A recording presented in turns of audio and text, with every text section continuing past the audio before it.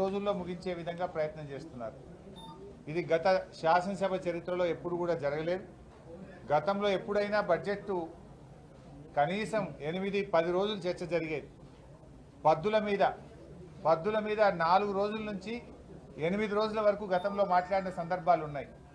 కానీ ఈసారి 2 రోజుల్లోనే పద్దుల మీద చర్చ పెట్టారు. మొత్తం డిమాండ్స్ 2 రోజుల్లో ఎట్లా మాట్లాడతారు? ఒక్కో రోజు 15-20 డిమాండ్లు ఒకటే రోజు మాట్లాడాలంట. దాని మీద ప్రవేశపెట్టుడు, చర్చ జరుగుడు, ప్రభుత్వం సమాధానం చెప్పుడు, దాన్ని ఆమోదించుడు.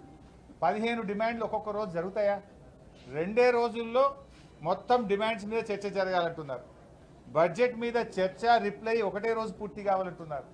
అప్రాప్రియేషన్ మీద ఒకటే రోజు ప్రవేశపెట్టడం, చర్చ జరగడం, సమాధానం చెప్పడం, పాస్ చేయడం. అంటే మొత్తంగా 4 రోజుల్లో బడ్జెట్ సమావేశాలు ముగించే ప్రయత్నం చేస్తున్నారు.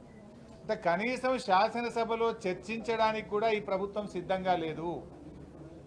ఇది చాలా దుర్మార్గమైనటువంటి విషయం. కేవలం గతంలో ఇదే కాంగ్రెస్ పార్టీ నాయకులు 10 రోజులైనా బడ్జెట్ సమావేశాలు, 12 రోజులైనా బడ్జెట్ సమావేశాలు, నెల పెట్టాలి, 30 రోజులు పెట్టాలని మాట్లాడింది. కానీ ఇప్పుడు 4 రోజులకు మొత్తం బడ్జెట్ చర్చను 4 రోజులకు కుదించేస్తున్నారు. ఇది అత్యంత బాధాకరం, దుర్మార్గం. అదేవిధంగా మేము బీఆర్ఎస్ పార్టీ పక్షాన కనీసం 15 రోజులు బడ్జెట్ సమావేశాలు జరపాలని చెప్పి బీఎస్సీలో మేము డిమాండ్ చేయడం జరిగింది. అంతేకాకుండా మేము ప్రధానమైనటువంటి అంశాలు ఒక 9 అంశాలు ప్రభుత్వం ముందు మేము బీఎస్సీ సమావేశంలో పెట్టాం, స్పీకర్ గారి ముందు పెట్టాం. ముఖ్యంగా రేపు ఈ రాష్ట్రంలో రాష్ట్ర ప్రభుత్వం నిరుద్యోగ యువతీ యువకులకు చేసిన అన్యాయం, నిరుద్యోగుల పోరాటాన్ని అణిచివేస్తున్న తీరు, నిరుద్యోగుల మీద అక్రమంగా పెడుతున్న కేసులు, నిరుద్యోగ యువతీ యువకులను హాస్టళ్లలో చొరబడి వాళ్ళను కొడుతున్నటువంటి తీరు, అశోక్ నగర్ సెంట్రల్ లైబ్రరీలో దాడి చేసిన తీరు, ఈ యొక్క మొత్తం నిరుద్యోగ సమస్యలు, అదేవిధంగా జాబ్ క్యాలెండరు, గ్రూప్ 2, గ్రూప్ 3 ఉద్యోగాలకు పోస్టుల సంఖ్య పెంచడము, దీని మీద రేపు చర్చ పెట్టాలని చెప్పి బీఆర్ఎస్ పార్టీ తరఫున స్పీకర్ గారి ముందు ప్రతిపాదన పెట్టాం. రేపు నిరుద్యోగుల ఎజెండాను తప్పకుండా చేపట్టాలని, దీన్ని మీద చర్చ జరపాలని, ఈ రాష్ట్రంలో లక్షలాది మంది నిరుద్యోగ యువతీ యువకులను కాంగ్రెస్ పార్టీ మోసం చేసింది. మీరు ఆ రోజు వాళ్ళకు పంచరంగుల ప్రచారం చేసిండ్రు, కలలు చూపించిండ్రు, జాబ్ క్యాలెండర్ ఇస్తామని, 2 లక్షల ఉద్యోగాలు ఇస్తామని ఫుల్ పేజ్ అడ్వర్టైజ్మెంట్లు ఇచ్చి ఇవాళ వాళ్ళను రోడ్ల మీదకి తెచ్చినారు, వాళ్ళ మీద అక్రమ కేసులు పెడుతున్నారు. దాని మీద రేపు చర్చ జరగాలని చెప్పి బీఆర్ఎస్ పార్టీ పక్షాన బీఎస్సీలో చెప్పడం జరిగింది. సో వాళ్ళు పెడతారని ఆశిస్తున్నాం. కానీ ఏ విషయం స్పీకర్ గారు ఇవాళ నిర్ణయం తీసుకొని సాయంత్రం కల్లా రేపు ఏ అంశాన్ని చేపడతామనేది చెప్తామని చెప్పారు. కానీ ప్రధాన ప్రతిపక్షంగా ఇవాళ నిరుద్యోగుల సమస్య మీదనే రేపు చర్చ జరపాలని చెప్పి మేము గట్టిగా డిమాండ్ చేశాం. ఎందుకంటే మొన్న గవర్నర్ గారికి కూడా నిరుద్యోగుల సమస్యల మీద బీఆర్ఎస్ పార్టీ పక్షాన గవర్నర్ గారి దృష్టికి కూడా తీసుకుపోయాం. శాసనసభలో ఇది ప్రాధాన్యత కలిగిన అంశం కనుక, లక్షలాది మంది యువతీ యువకుల సమస్య కనుక దీని మీద రేపు చర్చ జరపాలని చెప్పి మేము గట్టిగా పట్టుబట్టాం. ఇవి కాకుండా మరో 8 సమస్యలు కూడా ప్రభుత్వం ముందు పెట్టాం. ఒకటి, రాష్ట్రంలో శాంతి భద్రతల నిర్వహణలో వైఫల్యం. ఈ ప్రభుత్వం వచ్చినాక రోజు మర్డర్లు జరుగుతూ ఉన్నాయి, రేపులు జరుగుతూ ఉన్నాయి, చైన్ స్నాచింగ్ పెరిగిపోయింది, మొత్తం లా అండ్ ఆర్డర్ కుప్ప అయిపోయింది. పోలీసింగ్ వ్యవస్థ మొత్తం కూడా 10 ఏళ్ళు ఎంత అద్భుతంగా ఉండనో ఈ గవర్నమెంట్ వచ్చిన తర్వాత శాంతి భద్రతల నిర్వహణలో పూర్తిగా ఫెయిల్ అయిపోయింది. మొత్తం ఆధారాలతో సహా చర్చ పెట్టాలి. ఈ 6 నెలల కాలంలోనే ఎందుకు ఇంత జరిగింది, ఎక్కడ చూసినా ఇలా భయపడే పరిస్థితులు వచ్చినాయి. అందువల్ల దాని మీద చర్చ జరగాలని కూడా చెప్పాం. అదేవిధంగా చేనేత కార్మికుల ఆత్మహత్యలు, ప్రభుత్వం యొక్క నిర్లక్ష్య వైఖరి, చేనేత కార్మికుల విషయంలో చేనేత రంగాన్ని కాపాడడంలో ఈ ప్రభుత్వ నిర్లక్ష్య వైఖరి మీద చర్చ జరగాలని కూడా అడిగాం. అదేవిధంగా ఆ రోజు 6 గ్యారంటీలు 100 రోజుల్లో అమలు చేస్తామని బాండ్ పేపర్లు పంచారు. మొదటి శాసనసభలో చట్టబద్ధత తెస్తామని చెప్పారు. ఏమైంది మీ బాండ్ పేపరు, ఏమైంది మీ 6 గ్యారంటీలు? శాసనసభలో మీ చట్టబద్ధత ఏమైందో దాని మీద చర్చ పెట్టాలి, శాసనసభలో మాట్లాడదామని చెప్పి బీఆర్ఎస్ పార్టీ తరఫున ప్రతిపాదన పెట్టాం. అదేవిధంగా రైతు రుణమాఫీలో ఆంక్షలు పెట్టారు. ఇలా రైతులందరూ కూడా చాలా పరేషాన్ అవుతున్నారు. 1 లక్ష లోపు రుణం ఉన్న ఇలా చాలా మందికి ఇలా రుణమాఫీ జరగలేదు. ఇవాళ ఉదయమే ఒకరు చెప్పారు, డిసెంబర్ 9వ తేదీ వరకే ఉంటుంది, 9 తారీఖు నుంచి ఇవాళ వరకు ఉన్న వడ్డీ మననే కట్టుకోమంటున్నారట. డిసెంబర్ 9 నుంచి ఇలా జూలై నెల నడుస్తూ ఉంది. ఈ 8 నెలల కాలానికి వడ్డీ మీరే కట్టుకోండి, వడ్డీ కడితేనే రుణమాఫీ అయింది అంటున్నారు. ఈ రోజు వరకు ఉన్న 2 లక్షల రుణం మాఫీ చేస్తారా? డిసెంబర్ 9కి చేస్తారా? మోసం చేసింది మీరు. మొదటి సంతకం పెట్టమన్నారు, డిసెంబర్ 9 నాడే రుణమాఫీ చేస్తామని ఇవాళ వడ్డీలు కట్టుకోమని బ్యాంకులో రైతుల ముక్కుబిండి వసూలు చేస్తున్నారు. రేషన్ కార్డులో పేరు లేదని రుణమాఫీ ఆగింది. ఇంట్లో ఒకరికి ఉద్యోగం ఉందని రుణమాఫీ ఆగింది. రుణమాఫీ విషయంలో రాష్ట్ర రైతుల్ని కాంగ్రెస్ పార్టీ మోసం చేసింది కనుక దీని మీద చర్చ జరగాలి, రైతులకు భరోసానివ్వాలి, ఈ చర్చకు ముందుకు రావాలని చెప్పి కూడా బీఆర్ఎస్ పార్టీ కోరడం జరిగింది. అదేవిధంగా అన్ని పంటలకు బోనస్ ఇస్తామన్నారు. ఇప్పుడు ఓన్లీ సన్నవడ్లకే అంటున్నారు, మిగతా పంటల గురించి మాట్లాడతలేరు. ఈ పంటలకు బోనస్ విషయంలో, రైతు భరోసా విషయంలో చర్చ జరపాలని బీఆర్ఎస్ పార్టీ మా బీఏసీలో మేము కోరడం జరిగింది. అదేవిధంగా పల్లె ప్రగతి, పట్టణ ప్రగతిని అటకెక్కిచ్చారు.